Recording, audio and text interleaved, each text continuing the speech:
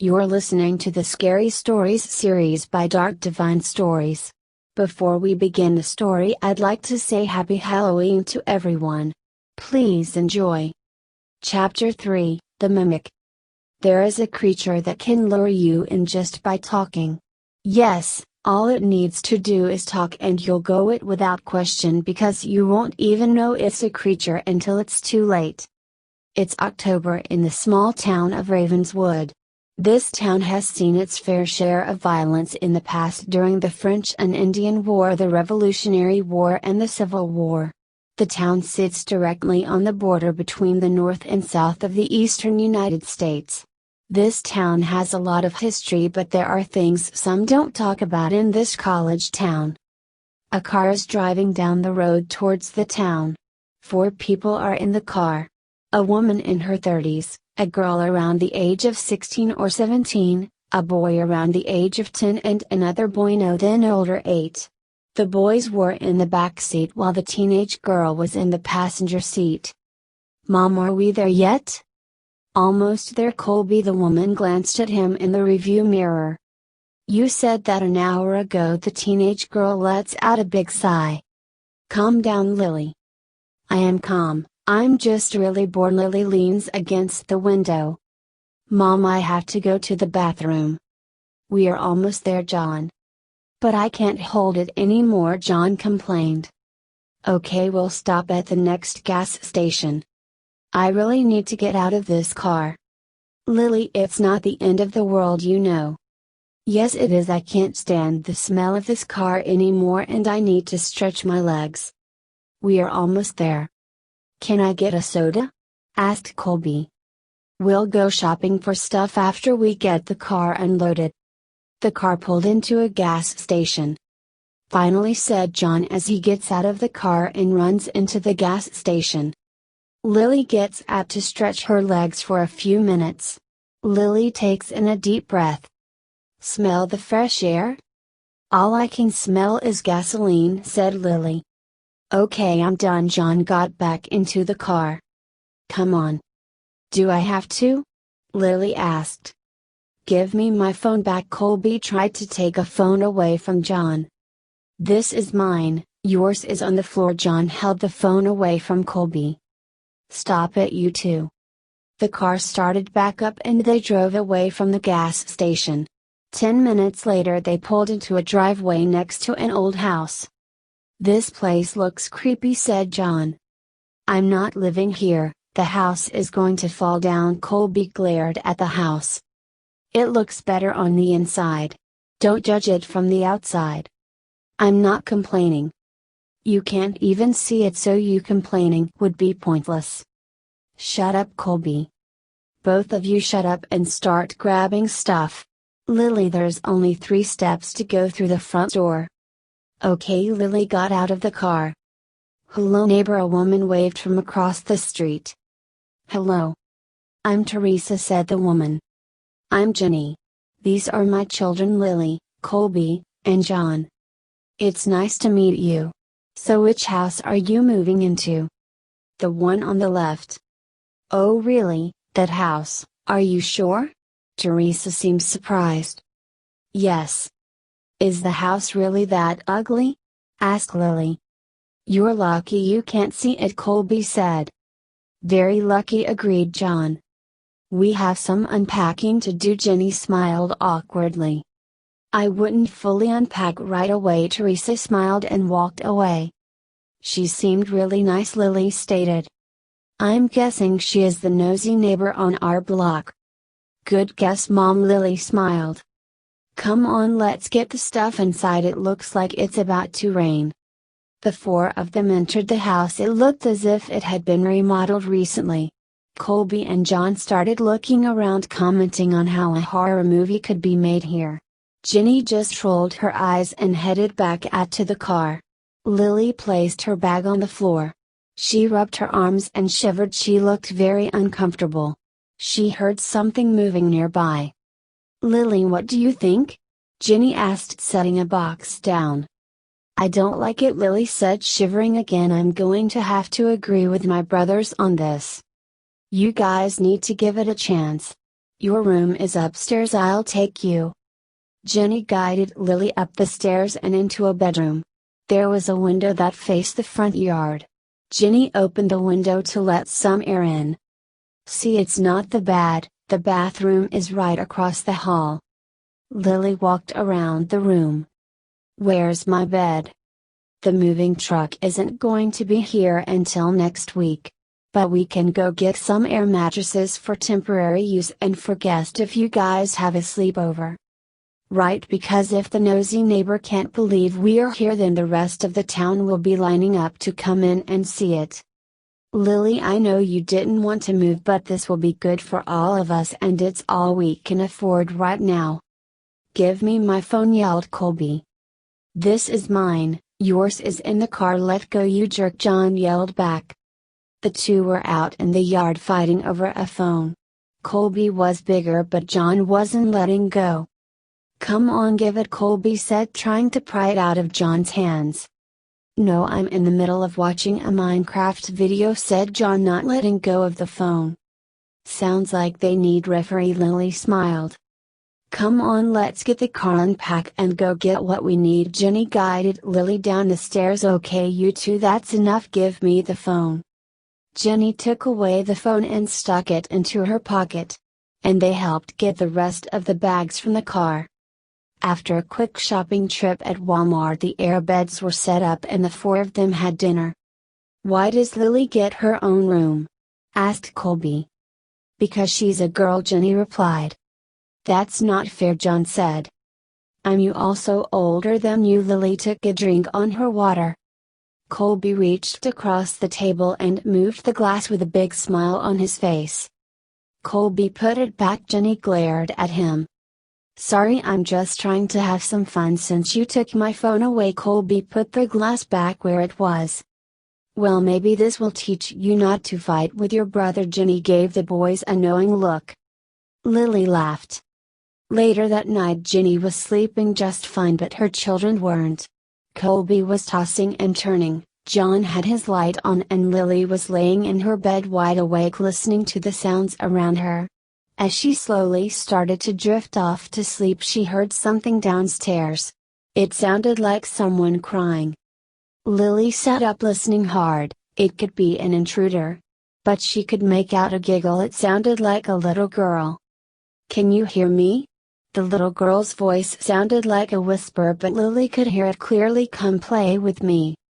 There were footsteps. They sounded light as if it was a child, but Lily listened hard. There was something else to the footsteps, something heavy. But as the sound got closer, all the hairs on the back of her neck stood up and she got goosebumps all over her body. There was a knock at her door. Are you awake? It was a little girl's voice. Lily said nothing and there was a knock at her door. There was a giggle and another knock. Come play with me. The doorknob started to rattle. Lily, is that you? The sound of John's voice from the next room and footsteps. It's okay, John. The first was just going to the bathroom. Go back to sleep. Lily's eyes widened in horror. It was her voice, but she hadn't said a word. Footsteps from the next room told her that John went back to bed. There was another knock on her door. Can I come in? It sounded like a little girl again. Lily screamed as loud as she could. A minute later, Jenny runs into the room, turning on the light. Lily, what's wrong? I heard something. Lily couldn't stop herself from shaking. It's an old house. Mom, it wasn't the house. Lily. It sounded like a little girl. She was crying and then adding. Lily, it's been a long day. It's a new house. It will take some time to get used to. Colby and John joined their mother at Lily's door. Mom, I'm blind, not deaf. I know what I heard. Lily, it's late. Just go back to sleep. I'm telling you, I heard something. It used my voice. Lily, everything is fine. I'll go check if that helps, but it's late and we have a long day tomorrow. I don't want to stay here. Lily, just go to sleep. You two as well, go back to bed. Jenny went downstairs and looked around. John joined Lily in her room, not wanting to sleep alone now, knowing it wasn't his sister who talked to him. By the end of the night, Colby joined them on the floor. The next day Jenny made breakfast. She wasn't happy about being woke up in the middle of the night. "You guys can't sleep in your sister's room." "But we were protecting her," said John. "Look, it's an old house, it's going to make noise." "I'm telling you it wasn't the house," Lily argued. "I heard Lily in the hallway, but it wasn't Lily." John took a bite of his toast. "I heard someone laughing after I went to sleep in Lily's room." Colby took a drink of his orange juice. "Look, I know you guys didn't want to move. But my job is here now. It will take some time to get used to this place. But you need to give it a chance. Come on, I need to go enroll you in school. You have all weekend to prepare to meet other people and get used to the house." Over the 2 weeks, Lily, Colby and John didn't sleep very well at night. The sound of someone downstairs talking in different voices and using familiar voices to try and get them to go downstairs made it difficult to sleep. The moving truck was delayed a second time. 2 weeks after moving into the house, Jenny had to go out of town and Colby and John both had sleepovers. Lily invited a few of her friends over so she wouldn't be alone. "This place is very creepy," said Gail. "I can't believe you live here." "How do you sleep in this house?" asked Chase. "I don't really. My mom says I just need to get used to it." Lily took a drink of her soda. "Even us townies tend to stay away from here," said Gail. "So, you guys know a lot about this house?" Lily asked. "Just that it's really old," said Chase. "It's actually one of the first houses built here in Ravenswood," said Luke. "I heard it belonged to Gilbert Wood," Gail said, taking a potato chip from a bowl. "He the one who started this town and was the mayor for a really long time." "They say this house is haunted by his dead family members," said Luke. Seriously, Lily didn't believe it. "People say that," said Chase, "but no one really knows what happened to them." "What do you mean?" Lily took a chip from the bowl in front of her. "Well, Gilbert Wood used to live in the Wood Mansion. It's a museum. He donated it to the town after this house was built." Gail paused to take a drink and continued with her story. "Well, few months after he and his family moved in here, they started to become different." "What do you mean different?" Lily asked. "They started to go crazy." "Chase, I'm trying to tell a story." Gail glared at him. "Sorry, but you're telling it really slowly. Get to the good part." Chase seemed excited. "You two are idiots." Luke shook his head. As Chase said, they went kinda crazy. They stopped doing things they would normally do. They had a big housewarming party when they moved in, and then it was like them against the town. Gilbert thought the entire town was plotting against him and his family. The guy went insane. "So what happened?" Lily asked. "He never showed up for the election," Gail said. "But what happened?" Lily asked again. "Good question," said Luke. "After no one had heard from the Wood family, the authorities came here." "And?" Lily asked. "And nothing, they were just gone," said Chase. "What do you mean gone?" "Just gone," Gail said. "No one knows what happened to them. They just vanished." "People don't just vanish," Lily stated. "But they did," said Gail. "There's an official record at Town Hall of the investigation and newspaper clippings on the disappearance," said Chase. "Also, Gilbert Wood lost that election. He was mayor for 25 years, I think, and that was the first election he lost," said Luke.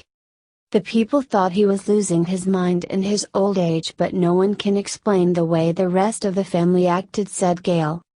"Nothing was found, like at all." Lily couldn't believe it. "Well, the basement door was nailed shut, but it had also been smashed in." Chase looked over at the basement door. "So what happened next?" Lily asked. "Well, it depends on who you ask," said Luke. "The next guy who owned this house went insane and murdered his entire family," said Chase. "What?" Lily's eyes widened in shock. Chase. Gail glared at him. "What? It's true. He was found walking down the street holding a knife covered in blood, saying, 'I got it before it got me.'" The police came and found his entire family dead. He died in a mental hospital a week later by slamming his head against the wall over and over again. He said he was trying to get the voices out. So you're saying this house is cursed? Lily wasn't sure she wanted to hear the answer. I wouldn't say that, said Luke. Even when this house is empty, people can hear things. Like what? Well, lots of screaming for help, people begging for their life, children playing, that kind of thing. So ghosts then? Lily was skeptical. No one ever sees anything, ever, they just hear it. It's like the sounds that come from this house. It's like it wants you to come in, Gail said. People do sometimes, but leave when they find nothing. Luke stretched. People usually don't live here very long. Chase finishes off his soda. Guys, stop, you're going to scare her, said Gail. She asked, said Luke. So I'm basically living in a haunted house where people have died or disappeared. Lily took a deep breath. Just the one family was found.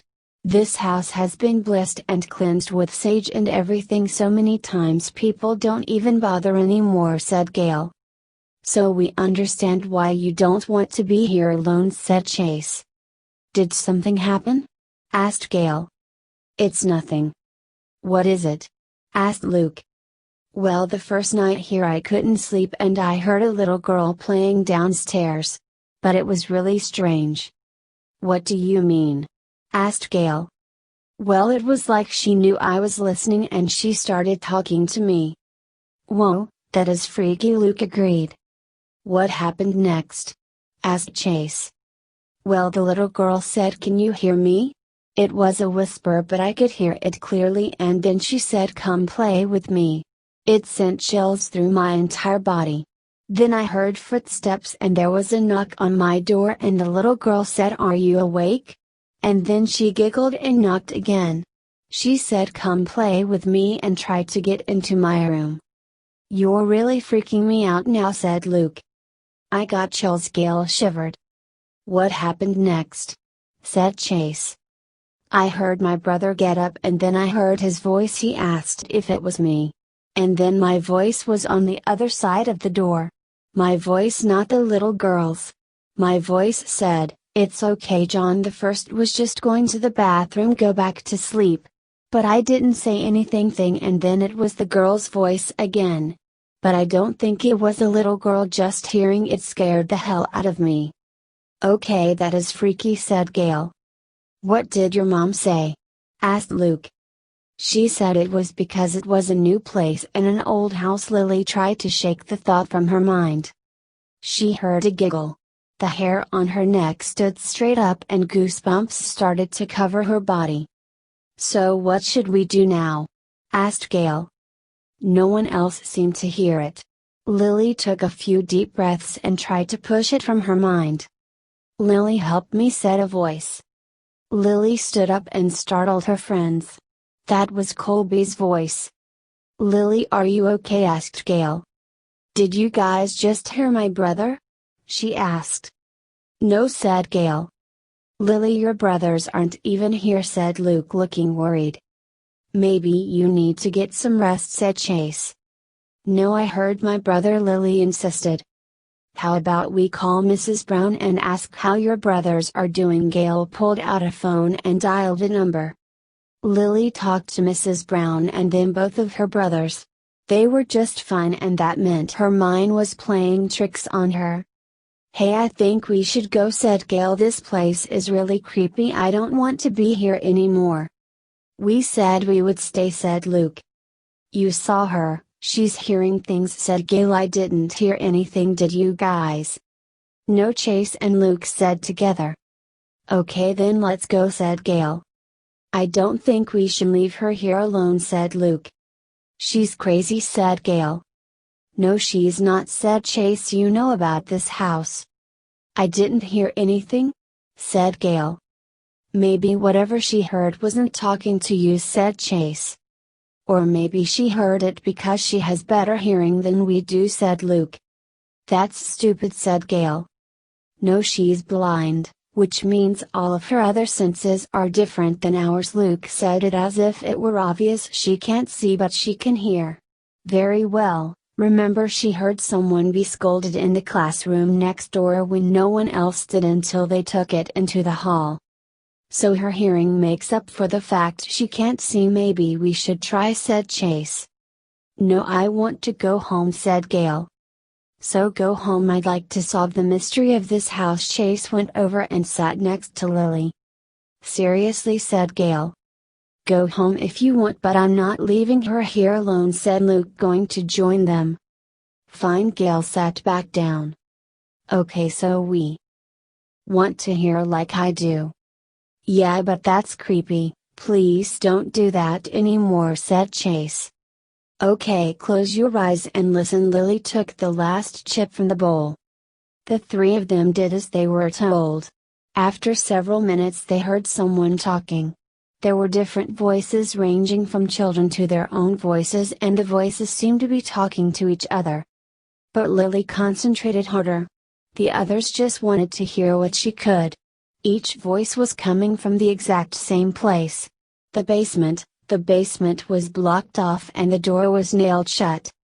Okay, this is creepy. I'm out of here this time. Gail got up, grabbed her jacket and left.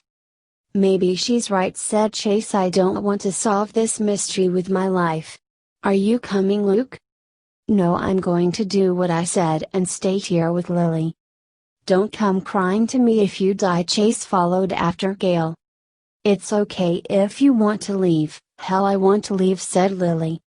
Those guys are chickens. You sure know a lot about blind people? My uncle is blind, so yeah, I know a little bit. Also, I didn't want you to be alone. This house can make people crazy. That's what my family thinks I am now, crazy. I can hear the voices but they can't. I'm sorry. Is this your first time in here? No, I came in here when I was little. I heard someone calling for help when I got in and looked around. No one was here. I looked everywhere. Well, I didn't look in the basement. It was blocked off with 2x4s and plywood. Also, I'm told that the door was nailed shut. It is. What do you think is down there? A demon. Really? Lily raised an eyebrow. What else could it be? I mean, people have died here and disappeared. Maybe they were dragged to hell body and soul. A few hours later Lily was sleeping but Luke was awake, tossing and turning on the floor. He heard footsteps downstairs, or maybe he was imagining them after hearing Lily's story. Luke, are you here? He sat up. It sounded like someone he hadn't heard in a very long time. What the fuck? He looked over at Lily. She didn't move. Luke, this time it was Chase's voice. Luke got up and turned the light on. Hey Luke, we are going to have a look in the basement. Come with us, said Gail's voice. He turned on the hallway light as he heard the sound of nails hitting the floor. He was at the top of the stairs. Hurry up before she wakes up, said Gail. That was not his friends. They didn't even want to come over, let alone go into the basement. Who's there? He asked from the top of the stairs. Luke, it's us. Come on, hurry up. Chase's voice sounded convincing. Luke flipped a switch. And the living room light came on. Luke, turn that off. Do you want to get us caught? Chase sounded annoyed. The light went off. Luke flipped the switch again and the light came back on. Stop it, Luke. Gail's voice sounded annoyed this time as the light went out. He turned it on again. The sound of nails hitting the floor stopped. Come on, the door is open now. Chase's voice was followed by the sound of a door opening. Luke was frozen in place, though his body was covered in goosebumps and the hair on his neck was sticking straight up. Luke, what are you doing? Asked a voice from behind him. Luke jumped and turned around to see a confused looking Lily looking at him. I thought I heard something. He was trying not to stutter too much. He didn't want her to know he was afraid. Who are you talking to?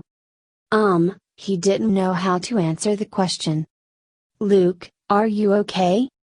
I think we should go. Go where? Is it morning? There was a loud thud downstairs. Come on, he grabbed Lily and pulled her down the stairs.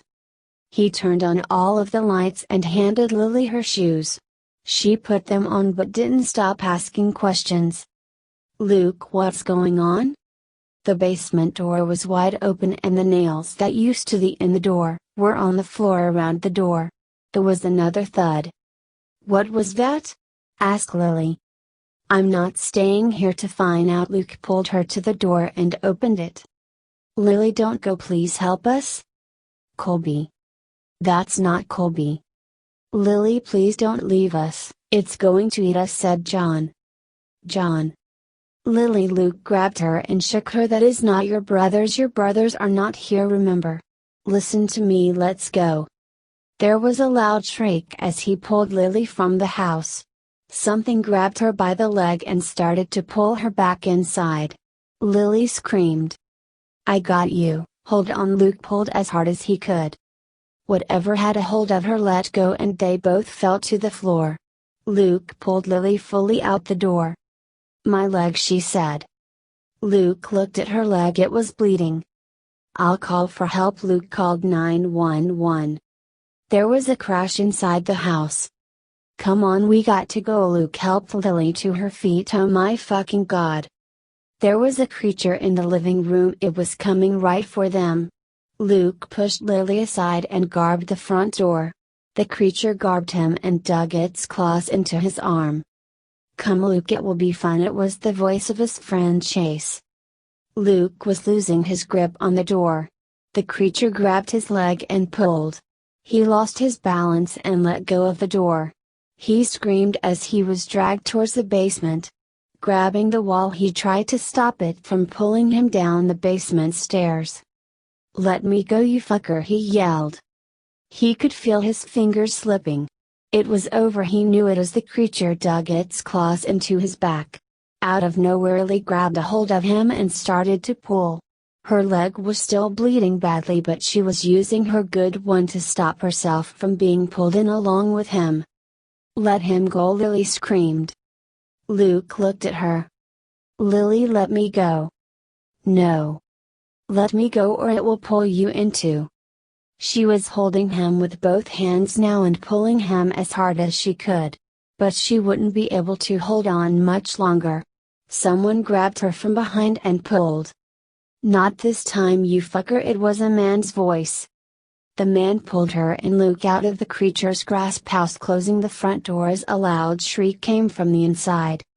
Are you two okay? Asked the man. Lily nodded and Luke was motionless, but he was breathing.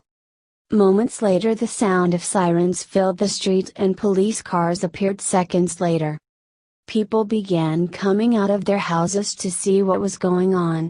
Colby and John showed up and went with Lily to the hospital. Luke needed lots of stitches, but he would live. As Lily waited in the waiting room with her brothers for their mother to show up, the man who saved her and Luke waited with them. I don't mean to sound ungrateful or anything, Lily said, but who are you and how did you know to come and help us? My name is Charles Wood. Are you related to Gilbert Wood? I am. Gilbert Wood founded Ravenswood, said Colby. That's right, he did, and he was the mayor for many years. Charles let out a sigh. But I thought the entire Wood family disappeared. Lily pulled her brothers close to her. So they say. But weeks later they learned that one member didn't vanish. She survived. But no one thought they should make it official, and she was the only sane Wood left anyway. What do you mean? Asked Lily. Do you know what that thing was that attacked my sister? Asked Colby. The sound of it scared me, said John. Don't worry, I'll protect you. Lily hugged him close. I don't know the official name of that creature, but in my family we like to call it the mimic. It can copy any voice, footsteps, even a person's appearance for a short time. The mimic drives its prey insane and devours it whole. Devours it whole, Lily shivered. It used to roam the woods. Gilbert Wood built a house on the outskirts of town. Ravenswood was really small back then. It got into the basement somehow and it never left. It drove them all insane, all but one. Why was only one person able to stay sane? Well, you share something in common with this person with one slight difference. She was deaf, wasn't she? She was, and she watched as her family slowly went insane with voices she couldn't hear. When the mimic attacked, Gilbert grabbed her and shoved her out the door. The last thing she saw was the creature taking a bite out of Gilbert. He closed the door and she ran. Oh my God, that's awful. Why was she the only one who escaped? I think it lured the members of the family to it one by one, and when it tried to take her, Gilbert understood what was happening and was able to save her when he wasn't able to save the others. I think it has the ability to know someone as soon as it hears them. That's how it knew I was awake and listening to it pretend to be a little girl. I don't know if it's true, but it fits. She was found in the woods several days after the incident. No one believed her until the next owner of the house killed his entire family so the creature couldn't get them. But Greta was damaged. She saw the creature and never fully recovered from it. Warned all of her children and grandchildren until the day she died. She wrote, "Never tear it down. If you do, it will get out." Since then my family has made sure it couldn't get out. But it knows that eventually someone will come to the house. It lures them in and most don't make it out. You've seen it before, haven't you? Yes, I was young and stupid. I wasn't afraid of the haunted house and neither was my brother.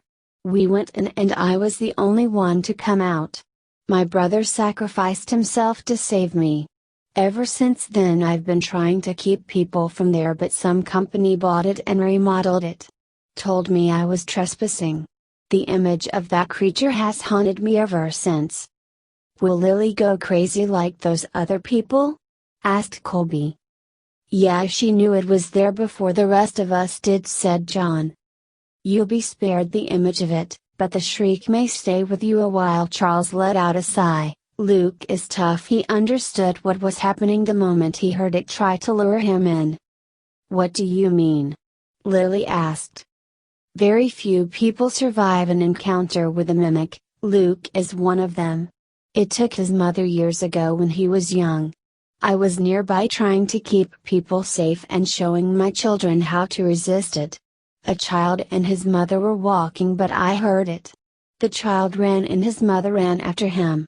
The creature attacked him as his back was turned. His mother protected him. I got him out as soon as I could. His mother screamed and then nothing. He blamed himself for his mother being taken. I blocked off the door again. But it won't stay down there. Why did it take them so quickly? Lily asked. I suspect it was hungry. No one had entered the house for many years. I saw to it by boarding it up as much as I could from the outside. That's why Luke wouldn't leave me alone in there even though he was afraid. Don't worry, he's tough, but the creature will haunt him. It does to everyone who sees it. You're lucky you're blind, you may not have been able to fight it off. It's hard to fight it once you see it. It likes to take its time tormenting its victims.